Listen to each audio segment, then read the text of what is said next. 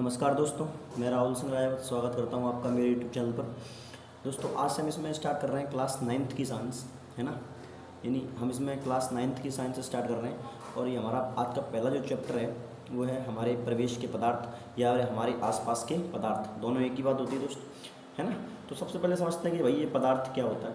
तो है कोई वस्तु जो कुछ स्थान घेरे, मतलब आप कुछ भी देखें अपने सामने जो कुछ स्थान घेर रही हो एवं जिसका कोई आयतन हो, मतलब जिसने इस पृथ्वी पर इस ब्रह्मांड में कुछ ना कुछ जगह घेर रखी हो और जो अवरोध उत्पन्न करे, मतलब कोई ना कोई रेसिस्टेंस उत्पन्न करे, वो क्या कहलाती है दोस्त? पदार्थ कहलाती है। जैसे कुर्सी है, तो कुर्सी ने कुछ ना कुछ स्थान घेरा होगा सर, बिल्कुल सही बात है। इसका कुछ ना कुछ आयतन भी होगा कि इसके द्वारा इस ब्रह्मांड में कुछ ना कुछ जगह घेरी गई होगी। प्लस कुर्सी जब आपके सामने आएगी तो आपको अवरोध उत्पन्न करेगी कि नहीं करेगी सर? बिल्कुल सही बात है। ऐसे सेम टेबल, दूध, पानी, हवा, यानी जो भी कुछ अपने आसपास आप देख रहे हैं वो सब क्या है दोस्त? पदार्थ है। सर हवा भी क्या पदार्थ होती है? सर बिल्कुल सही बात है, क्योंकि जब हवा तेज चलती तो आप उसको महसूस कर पाते हैं कि नहीं कर पाते? सर बिल्कुल कर पाते हैं। तो हवा भी क्या है? एक प्रकार की पदार्थ है, क्योंकि इसमें भी क्या है? कण है। ठीक है ना। तो आप समझ में आ गया। अब द्रव्यमान क्या होता है? वस्तु का वजन। किसी वस्तु का जो वजन है वही क्या कहलाता है? इसको दोस्त द्रव्यमान कहलाता है। आयतन वस्तु के द्वारा घेरी गई जगह जो होती है उसे हम उसका आयतन कहते हैं। अवरोध की वस्तु के द्वारा मार्ग में उत्पन्न रुकावट, वस्तु के द्वारा मेरे मार्ग में कोई चीज़ रुकावट होती है तो उसे इनके बोलते हैं कि सर कुछ ना कुछ अवरोध हो रहा है। क्या हो रहा है? अवरोध हो रहा है। समझ में आया कि नहीं? तो मेरे हिसाब से पदार्थ आपको समझ होगा सर, ऐसा कोई भी चीज़ जिसका कोई आयतन हो, जिसका द्रव्यमान हो, प्लस जो अवरोध उत्पन्न कर दे उसे हम क्या कहते हैं? उसे हम पदार्थ कह देंगे।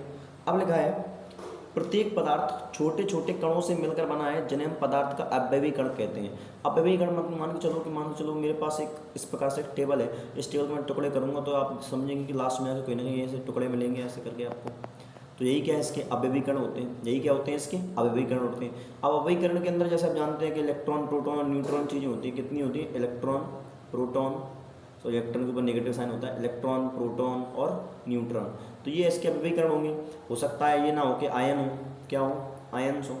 तो यही सभी क्या होते हैं? इसके अवयवीकरण होते हैं। मतलब जो छोटे से छोटे टुकड़े जो होते हैं उन्हें हम क्या बोलते हैं? इनके अवयवीकरण कहते हैं। ठीक है। अब बात करते हैं पदार्थ की भौतिक प्रकृति कि जो पदार्थ होता है इसकी भौतिक प्रकृति क्या क्या होती है। जैसे पदार्थ अत्यंत सूक्ष्म कणों से बना होता है, मतलब कोई भी पदार्थ जो होगा वो छोटे छोटे मॉलिक्यूल से मिलकर, छोटे छोटे कणों से मिलकर बना होगा। समझ में आ गई कि नहीं आ गई?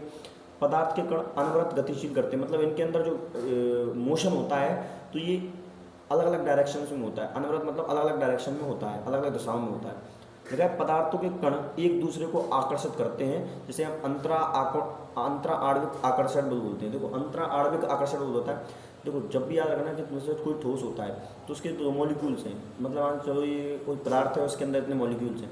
तो इस ये मॉलिक्यूल बगल वाला इसके ऊपर, बगल वाला इसके ऊपर, एक वाला इसके ऊपर, ये इसके ऊपर एक बल लगाते हैं, एक दूसरे की ओर अपनी ओर खींचते हैं। इसे हम बोलते हैं अंतरा आणविक बल। क्या बोलते हैं?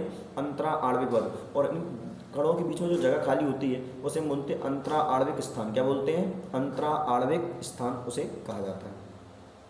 बात समझ में आई सर? बिल्कुल सही बात है। इतनी बात मेरे हिसाब से आपको समझ में आ गई होगी पदार्थ क्या होता है, पदार्थ के गुण क्या क्या होते हैं। अब बात करते हैं पदार्थों का वर्गीकरण। देखो पदार्थों का वर्गीकरण भौतिक रूप से भी किया जा सकता है और पदार्थों का वर्गीकरण रासायनिक रूप से भी किया जाता है। अब यहाँ पर जो संगठन के आधार पर देख रहे हैं, मतलब रासायनिक रूप से देख रहे हैं। मैं आपको एक बार भौतिक रूप से बता देता हूँ। अगर पदार्थों का वर्गीकरण भौतिक रूप से देखूँ, पदार्थों का भौतिक वर्गीकरण, वर्गीकरण। देखो दोस्तों, जब हम पदार्थों का भौतिक वर्गीकरण करते हैं तो हम पदार्थों की तीन भौतिक अवस्थाएं होती हैं। एक तो होता है ठोस, दूसरी होती है द्रव और तीसरी होती है दोस्त गैस। लेकिन अगर आप आगे पढ़ेंगे तो आपको पता पड़ेगा कि दो और होती हैं, एक तो बोस कंडेंसेट और एक प्लाज्मा। तो मैं यहाँ लिख देता हूँ कि पदार्थ की दो अवस्थाएं और जो आगे आप इसी क्लास में पढ़ेंगे। एक तो होती है प्लाज्मा और एक Bose condensate, Bose Einstein condensate. ठीक है ना। तो ये पदार्थ की भौतिक 5 अवस्थाएं होती हैं, लेकिन जो मेन अवस्थाएं हैं पदार्थ की वो कौन सी हैं? वो ये 3 हैं। कौन सी? ठोस, द्रव और गैस।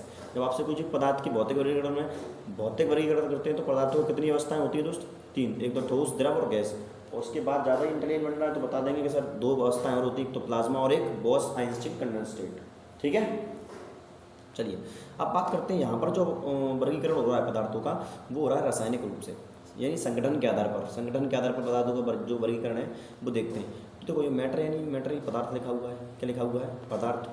अब पदार्थ को हम दो भागों में बांटते हैं, पदार्थ को कितने भागों में बांटते हैं, दो भागों में। तो पहला जो लिखा हुआ है, पहला आपका होता है शुद्ध पदार्थ, इस प्योर सब्सटेंस क्या बोलते हैं, शुद्ध पदार्थ। मैं हिंदी नहीं लिख रहा हूँ। मिक्सचर मतलब होता है मिश्रण, क्या होता है, मिश्रण, ठीक है। फिर जब प्योर सब्सटेंस होते हैं इनको फिर से दो भागों में बांटा जाता है, इसको बोलते हैं एलिमेंट यानी तत्व, क्या बोलेंगे, तत्व। और कंपाउंड को बोलते हैं यौगिक, क्या बोलते हैं दोस्त, यौगिक। समझ में आ गया कि नहीं है। फिर मिश्रण को दो भागों में बांटा जाता है, एक होता है होमोजीनियस मिक्सचर, इसको बोलते हैं समांगी मिश्रण, क्या बोलते हैं, समांगी मिश्रण, ठीक है। और होम हेट्रोजीनियस मिक्सचर को बोलते हैं विषमांगी मिश्रण, कौन सा बोलते हैं, विषमांगी मिश्रण, विषमांगी मिश्रण। इतनी बात आपको समझ में आ गई सर, बिल्कुल सही बात है। तो ये मैंने आपको बता दिया कि पदार्थों को संगठन के आधार पर जो वर्गीकरण होता है वो इस प्रकार से होता है कि तत्व, यौगिक, समांगी मिश्रण और विषमांगी मिश्रण, ठीक है। तो एक एक करके सबसे पहले पढ़ते हैं प्योर सब्सटेंस को, किसको पढ़ते हैं, प्योर सब्सटेंस यानी शुद्ध पदार्थ को। तो ये शुद्ध पदार्थ क्या होते हैं, देखो क्या लिखा है भैया, क्या वह पदार्थ जो प्रकृति में स्वरूप पाए जाते हैं, कैसे स्वरूप पाए जाते हैं, जिनमें केवल एक ही प्रकार के कण होते हैं।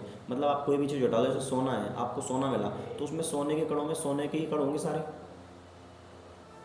ठीक है। मतलब एक ही कण, जैसे सोना मिला मुझे तो सोने में सोने के ही सारे कण होंगे। सोना तो ऐसा तो नहीं कि सोने के अंदर कुछ और घुसा होगा, सर बिल्कुल सही बात है ना।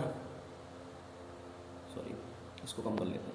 लेकिन पदार्थ, शुद्ध पदार्थ प्रकृति में स्वरूप होते हैं और उसके गुण निश्चित होते हैं, मतलब उनके गुण जो है निश्चित होते हैं, मतलब उनके अलग अलग गुण आपको नहीं दिखाई देंगे। समझ में आ रहा है। देखा, शुद्ध पदार्थ की संरचना को भौतिक विधियों द्वारा नहीं बदला जा सकता। मतलब भौतिक विधियाँ, देखो रासायनिक विधियों द्वारा तो बदल सकते हैं एक बार के लिए, लेकिन भौतिक विधियाँ मतलब होता है कि जैसे उसे ठोक पीट दूँ मैं, उसका आकार चेंज कर दूँ, जैसे सोने से मैं कंगन बना दूँ तो सोना ही रहेगा भाई, सोने का कंगन बन जाएगा। अंगूठी बना दूँ सोने का, उसका रूप चेंज कर दूँ, लेकिन क्या उसकी प्रकृति चेंज हो जाएगी, नहीं, वो सोना का सोना रहेगा, ऐसा नहीं चांदी बन जाएगा। है पदार्थों के आगे तत्व यौगिक रूप में वर्गीकृत किया जाता है कि पदार्थों को जब हम आगे डिवाइड करते हैं तो यौगिक और तत्वों के रूप में डिवाइड करते हैं, जैसे अपन ने ऊपर पढ़ा था वैसे, ये देखो दिख रहा है, एलिमेंट यौगिक और तत्व पदार्थ, यौगिक सॉरी एलिमेंट तत्व होता है और यौगिक आपका कंपाउंड यौगिक होता है, ठीक है। तो आज के लिए इतना रखते हैं, मिलते हैं अगली क्लास में, तब तक के लिए धन्यवाद।